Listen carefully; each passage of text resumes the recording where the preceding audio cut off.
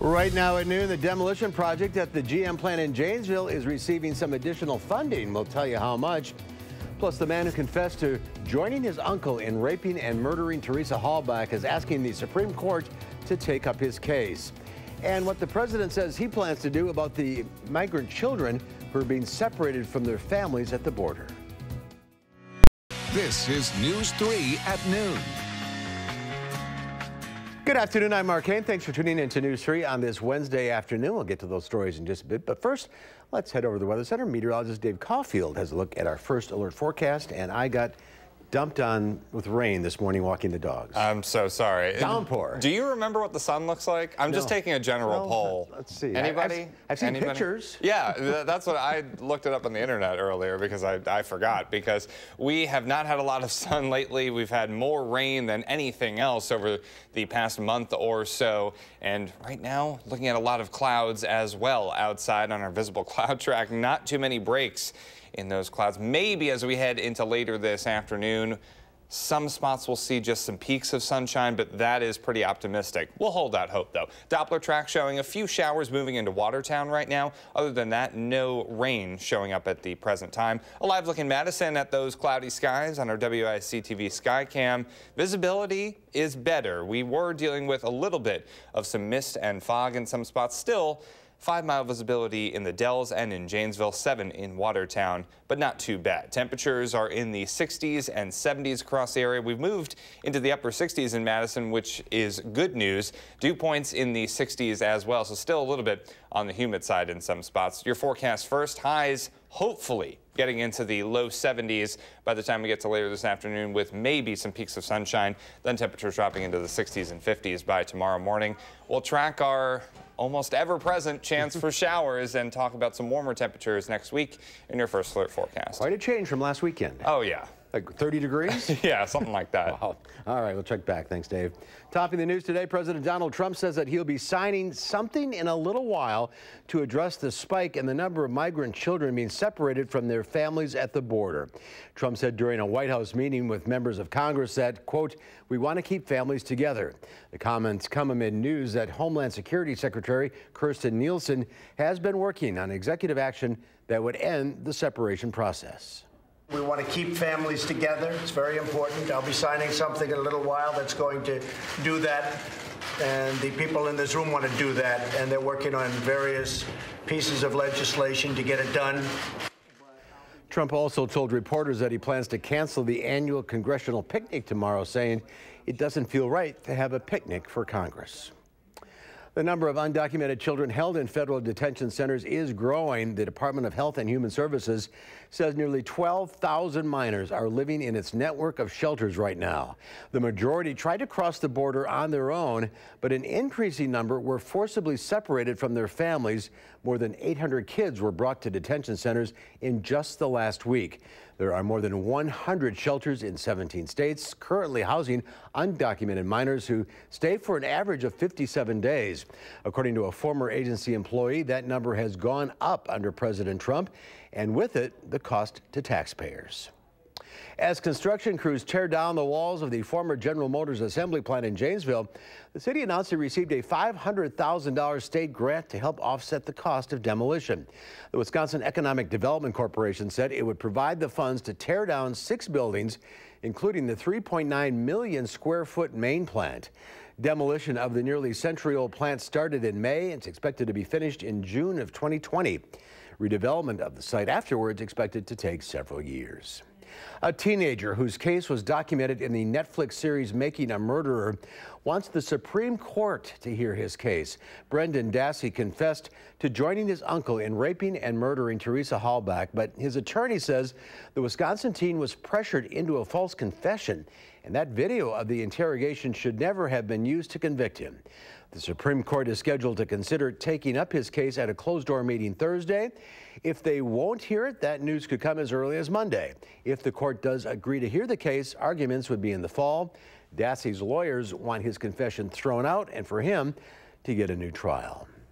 Well, more than a foot of rain in Texas is flooding roads and forcing water rescues. Millions of Texans, including those still recovering from Hurricane Harvey, have been affected by the heavy rains. The Corpus Christi Fire Department was spread out across the city overnight, rescuing drivers who were trapped in their cars by the raging floodwaters. Many of these homes flooded during Hurricane Harvey last August or just in the process of being rebuilt. Heavy thunderstorms are expected to last through Thursday, bringing more threat for flooding. Meanwhile, Madison residents in flood-prone areas can take action to protect their property. There will be free sand and bags provided by the city at various locations, including the Engineering Service Building, Olin Park parking lot, and the Warner Park Beach parking lot. The city says residents are advised to bring their own shovels. And starting tonight, there will be nightly lane closures in both directions on Highway PD near the Verona Road intersection. That starts at 8 p.m. and goes through Friday morning. There's also a new traffic pattern in the Raymond Road exit of Verona Road happening from 5 a.m. to 6 a.m. tomorrow. The exit lane will remain open during that time. American Family Children's Hospital is hoping a new donation will put doctors one step closer to ending childhood cancer. The nonprofit Hyundai Hope on Wheels presented the hospital with a $100,000 check today. Children who've been patients at the hospital dipped their hands in paint and placed them on a 2018 Hyundai Santa Fe. American Family Children's Hospital Pediatric Oncology Department is one of 21 nationwide getting these awards. And there's more to come on News 3 at noon. Up next, we'll see what Howard's working on in the Mr. Food Test Kitchen. If you knew something was really good, you'd probably tell your friends. So with us being friends, that's exactly what I'm doing today.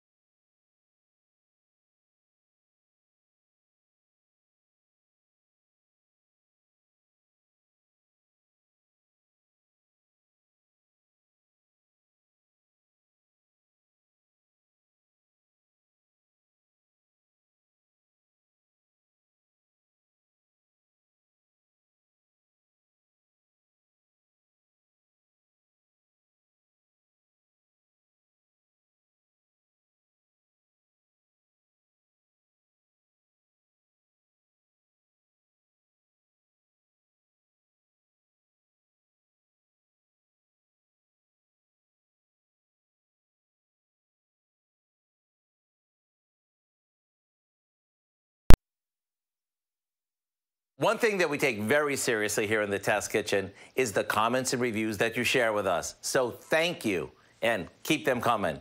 When we see a recipe that has reviews like, "This recipe's a winner," and "It's fantastic," we take pride in that and want to make sure as many of you get to try that recipe as possible. To make a recent crowd favorite, we start by browning a pound or so of Italian sausage, along with some chopped onion and green pepper. As for the sausage, that can be as mild or as spicy as you like. Once that's doing its thing, we combine a can of diced tomatoes with some sour cream,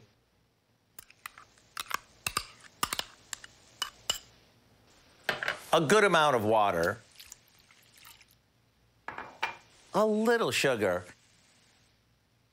and to give it some oomph, some chili powder and a bit of salt.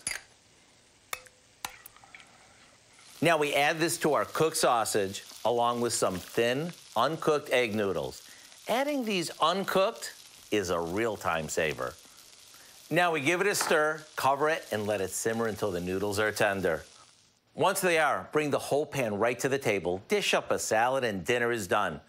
Let me tell you, this will be perfect on those busy weeknights when you're stumped as to what to serve.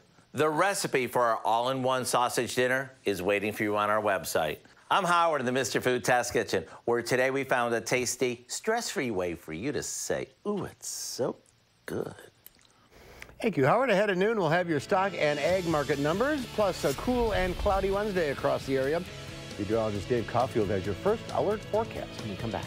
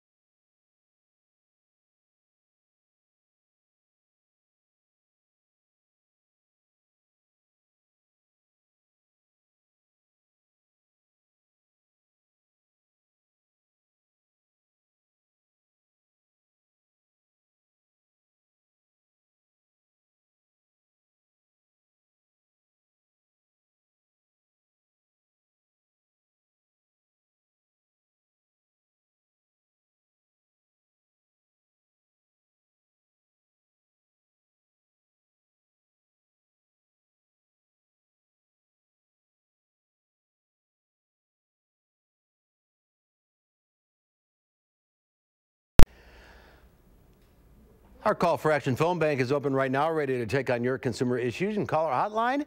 Volunteers will help you with any consumer complaints. The number is 608-270-2833. The service open every Monday, Wednesday, and Friday between 11 and 1. Well, business leaders take a stand on child separation at the border, and Disney boosts its offer for Fox.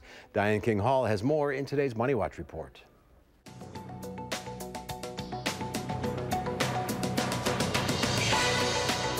Stocks initially bounced back at the open as investors track gains in overseas markets.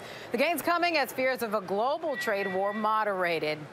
Business leaders are speaking out against the Trump administration's zero-tolerance immigration policy, leading to the separation of children from parents. The Business Roundtable, which includes the CEOs of Walmart, GM, and Boeing, issued a statement urging an end to the policy. JP Morgan Chase CEO Jamie Dimon also agreed with the statement, according to CNBC, which saw an internal memo where he called family separations a, quote, cruel practice contrary to American values. Disney sweetens the offer and Fox accepts. Disney made a more than $70 billion offer for Fox's entertainment assets, including X-Men and The Simpsons. Disney's offer tops Comcast's unsolicited $65 billion bid. The deal does not include Fox's news channels or its TV network. And if you love avocados on tacos or toast, you probably have had a few that taste bad. A technology developed by startup Appeal may be the answer to making the fruit last longer. It's an invisible, edible spray-on film that reinforces the avocado skin and prevents decay, quadrupling shelf life. And that's your CBS Money Watch report. For more, head to cbsmoneywatch.com. At the New York Stock Exchange, I'm Diane King Hall. Diane, thank you. At the noon hour, the Dow Industrial is rebounding from yesterday, up 10 points. The NASDAQ up 75. Let's check in now with Q106 Farm Director Pam Yankee on this Wednesday. Things are going in the right direction on Wall Street. How about you? No. Agriculture really is in the crosshairs big time on these trade discussions, whether it's Canada, Mexico, Europe, China. We're getting hit from all sides, Mark, and Wisconsin agriculture, because of our diversity, almost all of it is getting touched in one way, shape, or form. And we're feeling it in our markets today. The weather is also a factor that we cannot deny. Although we may not like it as people, it's been pretty good for the crops. And Wisconsin and Minnesota, two areas where the crops look exceptionally good. So we'll kind of wait and see how things develop, but the world marketplace is what agriculture is still talking about. Our livestock trade around Wisconsin, also the biggest aspect we're dealing with now is just trying to manage for the heat. Wisconsin dairy cows are still doing very, very well, despite the fact that our milk prices are not where we want them to be in the month of June. No, we're still in June. In the month of May, 2.65 billion pounds of milk produced in the month of May. That's up 1% compared to April. 5,000 fewer cows than last year. But every one of the cows that we do have in Wisconsin producing about 30 pounds of milk more this year than she did last. So that's how we can kind of continue to see year-over-year increases in overall milk production. Boy, the dairy product prices again getting pounded today in Chicago. We had big losses yesterday. Today, barrel cheese down another 3 1/4 to 129 1/4. 40-pound black cheese down 6 1/4 at 150 1/2. Double A butter dropped 2 1/4 to 228 3/4. You want to talk about it? I'll be up in Brandon as quick as I exit the radio barn today. 2 until 6. They got a brand new feed mill in Brandon inside FS. So I'm going to be up there doing some tours and taking a look at it. You don't see brand new state-of-the-art feed mills built much at all anymore these days. So I'm real curious to see about that technology. Maybe I'll have something to tell you about that tomorrow. Take pictures. Indeed. Okay, we'll see you later. Drive safely. Thanks. Dave is here now as the clouds continue. I mean, this stationary front is taking a page out of Elton John because it is still standing right now, folks. Close to southern Wisconsin, low pressure systems. Don't let the sun... Yeah, don't let the sun come out is what it's saying right now, at least the atmosphere, that is. It's a pretty tough situation to be outside. At least we're not getting a whole lot of rain this early afternoon, but there are still some showers. Visible cloud track showing just how expansive these clouds are. And with a low pressure system just off to our west, I don't think we're going to see much relief from the clouds or the rain anytime soon. Maybe, just maybe, a little bit of sunshine, some peaks in some spots, but that's about it. Doppler track showing just a few showers across southern Wisconsin at the present time. Much of that rain still closer to the center of the low pressure system, which is well off to our west at the present time. But with that stationary front, as I mentioned a couple of days ago, it acts kind of like a runway at an airport where all these low pressure systems just ride along that stationary front and bring us even more rain. There's not a lot of atmospheric help to get that rain out of here. So we're just dealing with kind of the same pattern over and over again. And we are now up to 14 out of 20 days in June, excuse me, so far that have had some sort of rain. That is 70% of the time. Just absolutely crazy numbers after the very wet May that we saw. Another wet June is occurring right now, and more rain could be on the way for many of us. Downtown Madison on the Edgewater Skycam, no rain right now. We did have a little bit of light rain and fog and mist earlier. but visibility has improved over the last hour or so. Forecast high 73. That is about 5 degrees below normal for this time of year. Hopefully we can get to that. We're in the upper 60s right now. So visibility is a little bit challenging in some spots with that fog and mist. Watertown, where the showers are right now, that's at 4-mile visibility. 5 in Janesville, 8 in Madison, 10 looking good in the Dells. Temperatures, as I mentioned, in the mid to upper 60s, some 70s like in Janesville, Mineral Point, Lone Rock, and Platteville, Boscobel as well. Dew points in the mid 60s across the area, so still not feeling great outside. Our high temperature trend, we are staying in the 70s over the next couple of days, folks, into the weekend. But as we head into Sunday, I think we will finally get back into the 80-degree range, and summer begins tomorrow morning. It's hard to believe after all the rainy and cool weather. That's how pretty much we're going to start officially summer tomorrow morning. Time of the year with the most daylight. We could use some of that daylight right now. Not seeing much of it. Future track showing the chance of maybe some light showers into this afternoon and evening. Then we do start to see maybe some heavier downpours and showers enter southwestern Wisconsin, at least according to Future Track. Showers and storms possible as we head into tomorrow as well, and as we head into Friday. So we're really going to have to keep the umbrella on standby for the next couple of days with this pattern that we're in. Just not much changing. And this is one model's interpretation of our precipitation potential. Potentially another inch to an inch and a half, maybe 2 inches of rain for some of us by the time we get to Friday night. Hopefully that doesn't happen, because Lord knows we do not need any more rain, but it is a possibility. Your 7-day forecast showing temperatures getting to near 80 by Sunday. We do have a couple of dry days on the 10-day forecast, and I'm trying my hardest, folks, to hold on to those, to hold off the rain on those days, because it does come back by the time we get to the middle of next week. The humidity comes back as well, with temperatures rising slowly through the 80s into the start of next weekend. Definitely not the ideal forecast right now, but we kind of got to get through it. At least it's not super hot as we start summer. That's the glass half full version. That front has overstayed its welcome. Exactly. Get out. Move on out. Get out. We need the room. All right, Dave, thank you. There's more to come on News 3 at noon. Up next, a toddler is being credited with saving her mother's life. We'll have that story when we come back.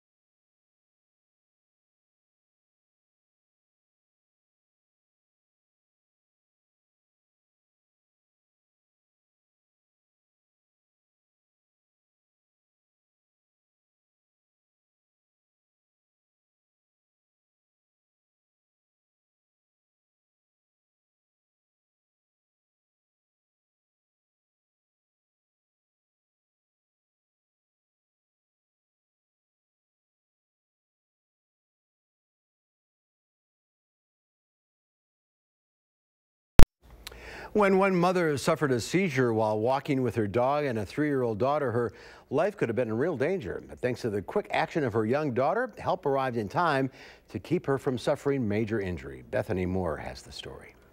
Every kid thinks at least once about being a superhero. I'm faster, like I am.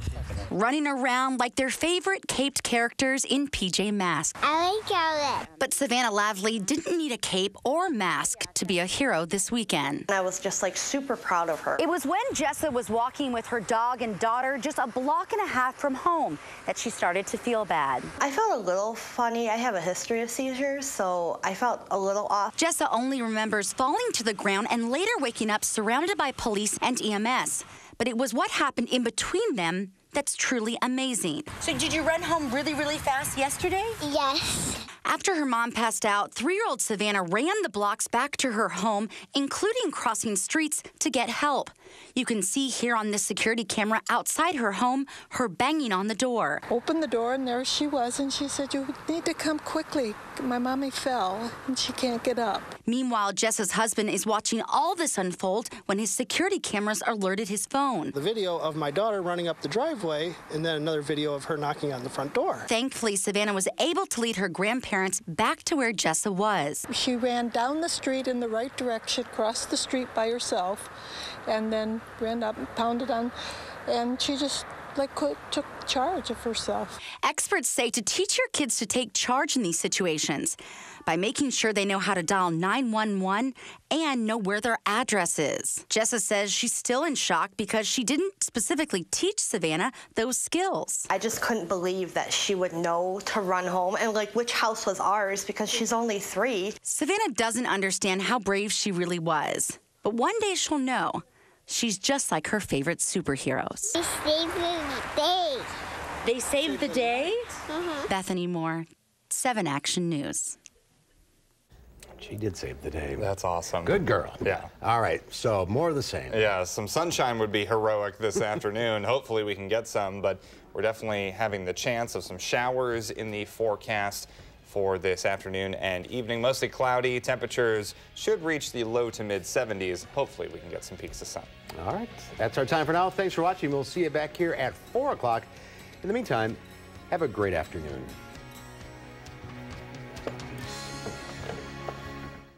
Making plans that are weather dependent? Get an accurate 12-hour, even a 10-day forecast. Download the Channel 3000 First Alert Weather app and start planning.